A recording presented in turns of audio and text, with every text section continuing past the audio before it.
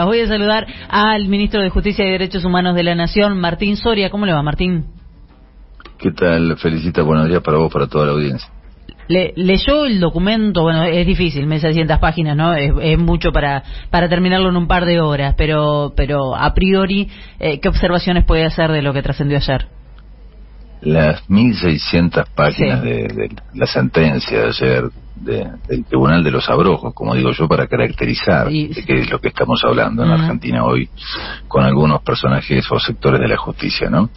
Esas 1600 páginas son como las 3 toneladas de pruebas del fiscal Luciani, otro que también entraba a jugar el fútbol a la quinta de Mauricio Macri, ¿no? Los Abrojos. La verdad que después de leer el fallo, después de analizarlo, tomar notas, te das cuenta que esas 1600 páginas de ayer en el caso Vialidad son como esas 3 toneladas de pruebas que decía Luciani, porque la verdad las pruebas te las debo, ¿no? Esto es lo que está pasando, esto es lo que se ve y se evidencia de este fallo. La sentencia que han dictado estos jueces, la verdad que es insostenible, no se sostiene, pisotea por completo varios principios del derecho penal y del derecho procesal penal. El más básico de todos es el principio de inocencia, ¿no? El fiscal, con sus famosas 3 toneladas de prueba que tanto auspiciaba Clarín en La Nación durante tanto tiempo, el fiscal está llamado a probar los cargos, los hechos que le imputa a una persona, y cuando no puede hacerlo, porque no hay pruebas de eso, los jueces tienen la obligación, tienen el deber de absolver. Y acá pasa exactamente al contrario. Lo dicen los mismos jueces en su fallo de 1600 páginas que todos hablan, ¿no? Lo que no dicen los jueces en sus 1600 páginas, que precisamente lo que argumentó la fiscalía, lo tuvieron por válido, cuando, insisto, no hay un solo hecho, no hay una sola prueba que vincule como tiene que ser a la vicepresidenta en algún hecho de estos que se investigaron. Ahora, lo que viene es muy complejo, porque obviamente la defensa prepara la apelación, pero el tribunal que tiene que revisar la condena está compuesto por al menos 2 jueces que tuvieron visitas al presidente Mauricio Macri cuando era presidente. Sí, no sé qué iban a hacer, iban a jugar, dicen, no sé qué hacer. Hornos y Borinsky. Claro. Junto a varios diputados. Y después de eso, perdón Martín, y después de eso, la Corte Suprema. O sea, quiero decir, el camino es como un poco obvio, ¿no? O las respuestas son como un poco obvias. La justicia argentina ha sido cooptada, esto lo venimos diciendo hace tiempo. En este caso, en el caso de Vialidad, la verdad que hagamos un breve raconto, ¿no? La condenan con la misma acusación y los presuntos delitos con los que ya había sido juzgada y sobreseída anteriormente. Claro. Analizan 51 obras y solamente peritan 5. Yo es la primera vez en la historia que veo que los propios imputados en la causa piden por favor que se hagan todas las pericias, de todas las obras. Sí. Y el tribunal no lo acepta. No lo hacen. Como así tampoco aceptó cada vez que alguna de las defensas, incluida la propia expresidenta Cristina Fernández de Kirchner, pidió ser escuchada. ¿Ustedes recordaron? Se lo negaron. Sí. Durante los 3 años que se extendió este juicio, que es un mamarracho, la verdad, todos y cada uno de los testigos que se presentaron durante los 3 años de juicio, televisado por los muchachos de Clarín y La Nación, fíjate vos si no es para hostigar mediáticamente, ¿no? Durante los 3 años, todos y cada uno de los testigos, hasta incluso los que fueron convocados, los testigos que convocaba la propia fiscalía, los propios fiscales que debían acusar, declararon exactamente todo lo contrario a lo que los fiscales habían alegado vos recordás esas 9 jornadas televisadas, el show mediático que habían montado el año pasado. Bueno, digamos, sin ninguna prueba, buscan claramente inhabilitar a través de un fallo verdaderamente absurdo a la vicepresidenta de la Nación. Y claro, vos lo decías bien, el problema es los tiempos y quienes tienen que revisar este mamarracho que han escrito en el día de ayer y firmado, ¿no? Vos lo explicabas muy bien. las etapas que siguen son peores que los muchachos de los Abrojos. Ahí lo tenés a Hornos y Borinqui en la casación. Yo te decía recién, me tocó denunciarlo junto a otros diputados y senadores, eran los que entraban a escondidas a La Rosada y a Olivos. Sí. Borinqui entraba a Olivos con la excusa de que, bueno, la excusa la dieron después, ¿no? Cuando aparecieron esos encuentros clandestinos, decían que iban a jugar al pádel, pero en ese momento Macri estaba operado de la rodilla. Sí, claro. Bueno, hacía un esfuerzo. Sí, el tema es ¿qué pasó en estos 4 años que no se pudo modificar nada? Es más, empeoró la situación en la justicia. No sé si empeoró. A ver, peor estaríamos si no supiéramos quiénes son los que viajaban pagados por Clarín a Lago Escondido. Pero lo sabemos y hacen gala de su impunidad, pues no cambia nada, Martín. Acaban de condenarla jueces que jugaban al fútbol con Mauricio Macri y fiscales y los medios de comunicación, pues una condena que ya habían anticipado las tapas de Clarín y los medios de comunicación. Luego seguimos teniendo esa misma corte reducida. Los jueces que se juntaban a jugar al fútbol siguen estando en sus lugares. Felicita. Para transformar cualquier cosa, para aprobar una ley, por ejemplo, para reformar la justicia, para reformar una ley para que funcione el Consejo de la Magistratura, paralizado por esta Corte Suprema, para sacar una ley para ampliar la cantidad de integrantes de esta Corte, que es la más reducida en el continente.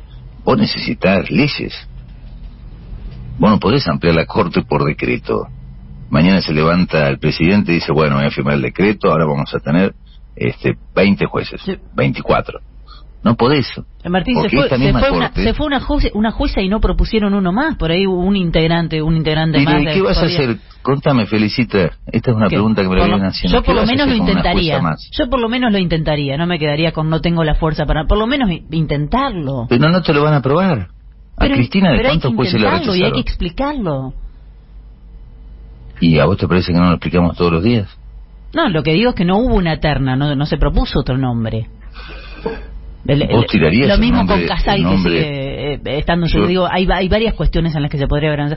Es un contrasentido. ¿Sí? Lo que me estás diciendo es un contrasentido, porque, a ver, nosotros queremos ampliar la Corte y vamos a proponer a una mujer, a una sola integrante, para completar el número de jueces de la Corte. Cuando tenés una Corte, como decimos siempre, la más reducida en el continente, integrada por 4 varones, 2 santafesinos, un cordobés y un empleado de Clarín. ¿En serio vos querés proponer una jueza para cumplir con el 5º lugar vacante y que te la defenestre esta oposición en el Senado y en el Congreso? Yo la verdad que creo que debe haber mujeres de la justicia que pueden cumplir ese rol perfectamente. Ha sabido incluso. Viene el presidente y la vicepresidenta y te dicen, mira, felicitas, miramos tu trayectoria, pongamos que vos sos abogada, y te dicen, te vamos a proponer a la Corte. Vos sabés lo que decís, lo primero que le decís, ni loco, ni loca en tu caso. Martín, lo que vos me querés decir es que nadie quiso, que si ustedes armaban una terna, nadie iba a soportar, digamos, ni siquiera... Yo no creo que con este poder judicial que padecemos en Argentina y con esta oposición totalmente desquiciada que tenemos hoy en día, ningún juez, ninguna jueza, porque estamos hablando de una vacante, de una mujer, te iba a aceptar integrar una terna para que un Fernandito Iglesias o un Waldo Wolf se destruyan con mentiras. Yo lo entiendo perfectamente, pero me queda la sensación de que ya está, entreguemos todo. Esa es la sensación que me queda, Martín. Pero no podemos hacer nada. Sí se puede hacer. Néstor Kirchner no amplió la Corte Suprema y le hizo juicio político en una semana a la Corte. No nos engañemos, no fue así. Fue un proceso que duró años. Años duró. No fue que Néstor llegó y dijo, bueno, mañana amplío la Corte, voy a hacer una Corte prestigiosa. No, fue un proceso. ¿Durante cuántos años se discutió y se debatió acerca de aquella Corte menemista? ¿Se acuerdan? La Corte de la mayoría automática. No fue de un día para el otro.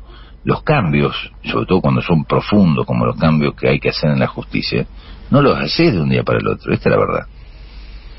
Nico Márcico, súmate. Martín, ¿cómo estás? Buen día. Me quedé pensando con esto que recién venías diciendo, entonces, digo, no era una opción plantear la vacante para cubrir, pero ¿qué pasa con el debate sobre la ampliación de la Corte? Digo, eso también está trabado. No hay forma de empujar el consenso en el ámbito legislativo nacional. A veces se habla mucho de esto, ¿no? De la construcción de los votos que faltan, por ejemplo, para debatir algunas leyes. No sé, pienso ayer, ¿no? Aníbal Fernández pasó una factura en su exposición en el Congreso con respecto a la ley de blanqueo, por ejemplo.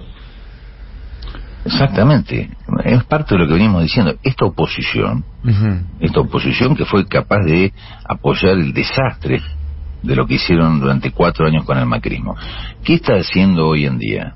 Tenemos que ser conscientes, los 2 últimos periodos de sesiones extraordinarias el Congreso no funcionó. La última sesión en el Congreso de la Nación, en la Cámara de Diputados, era una sesión básicamente para contar en Argentina con una moratoria que iba a permitir jubilar más de 800.000 nuevos jubilados argentinos y argentinas que iban a poder gozar del beneficio jubilatorio. ¿Y qué hizo la oposición?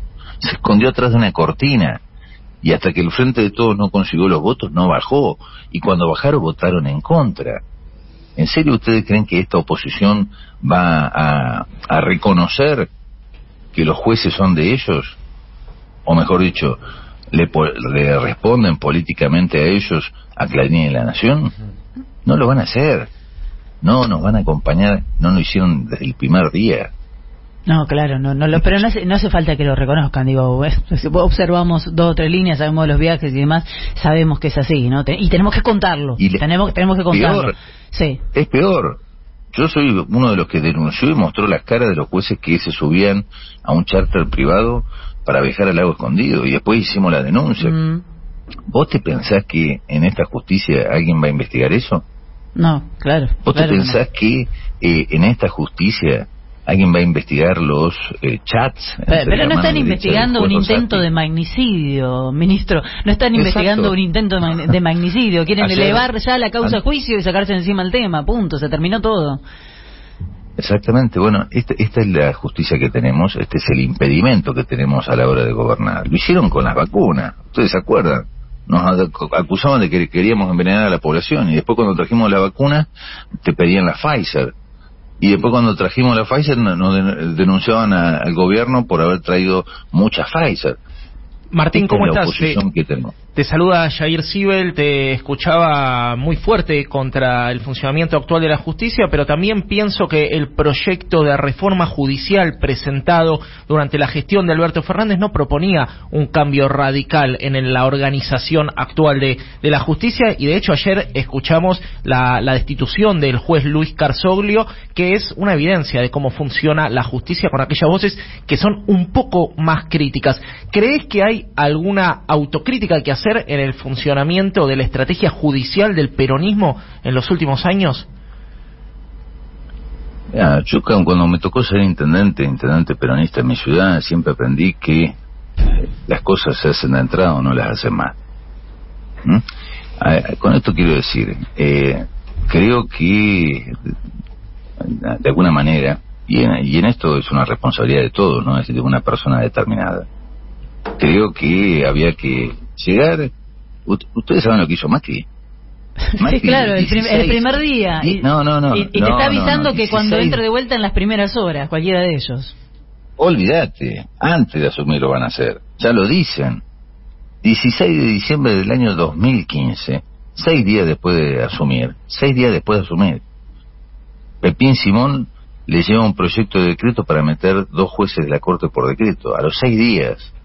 Y a la semana ya habían paralizado la implementación de el nuevo Código Procesal Penal, que iba a permitir el sistema acusatorio, que le sacaba el poder a los jueces y a los magistrados, y se los ponía en cabeza de los fiscales. ¿Y para qué era eso? Para que toda esa plata que iba a estar destinada desde el Estado para la implementación de ese nuevo código, que era una manera también de empezar a reformar, depurar el sistema judicial argentino, se lo dieron a la Corte que ya habían puesto a Rosati y a Rosenkrantz.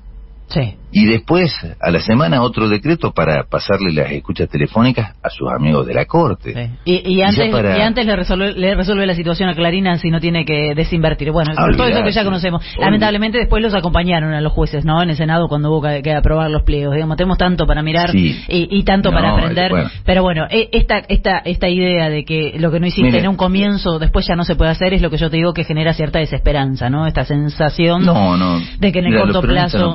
Sí. Nosotros nunca perdemos la esperanza. ¿Sabés qué es lo que hay que hacer? Hay que ganar con muchos votos las elecciones y tener la mayoría necesaria para son gobierno hoy. Digo somos porque me siento representada porque yo voté esta idea de que había que parar la mano con Mauricio Macri, que había que mejorar la situación de los trabajadores, que había que parar con esa justicia, había que parar con esa justicia que llevaba preso a gente solamente por la sospecha de haber cometido algún delito. Lo que acompañamos ese proyecto. Sí. Felicitas, lo que me estás proponiendo es una revolución. Si querés hacer una revolución, me parece bárbaro. Pero ¿cómo Estoy pensando en lo que fue propuesta en 2019. Digo, la gente que votó al Frente de Todos en 2019 la votó para eso. ¿O no? Sí. ¿O yo estoy... para aprobar leyes que no podemos aprobar. Y si sacáramos un decreto, la Corte Suprema te lo anula en 2 días. Y esta es la realidad de lo que tenemos. El entramado que armó Mauricio Macri, ¿vos te pensás que lo vas a resolver de la noche a la mañana? Se necesita fuerza, músculo político. Y eso es lo que está faltando desde el primer día. Martín Soria, gracias por recibirnos.